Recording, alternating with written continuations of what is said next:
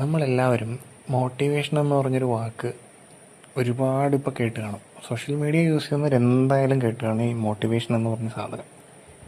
യഥാർത്ഥത്തിൽ നിങ്ങൾ ഈ മോട്ടിവേഷൻ മറ്റൊരാൾ നിങ്ങൾക്ക് തരുമ്പോഴാണ് നിങ്ങൾ ഉപയോഗിക്കാൻ തുടങ്ങുന്നതെങ്കിൽ അതിനൊരു കൺസിസ്റ്റൻസി ചിലപ്പോൾ നിങ്ങൾക്കുണ്ടാവാൻ സാധ്യത കുറവായിരിക്കും.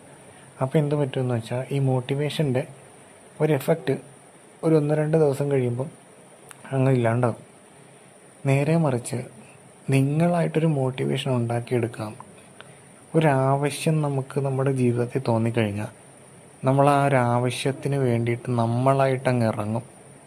ആ ഇറങ്ങാൻ നമ്മുടെ തലച്ചോറിലുണ്ടാകുന്ന ഒരു പ്രോസസ്സാണ് യഥാർത്ഥത്തിൽ ഈ മോട്ടിവേഷനിൽ നമുക്ക് കിട്ടുന്നത്. പിന്നെ കൺസിസ്റ്റൻസി, ഇതുകൊണ്ടേ ഞാൻ രക്ഷപ്പെടൂ എന്നുള്ള ഒരു പൂർണ്ണമായ ചിന്ത നമ്മുടെ മനസ്സിലേക്ക് എന്ന് വന്നോ അന്ന് കൺസിസ്റ്റൻസി വന്നിരിക്കും.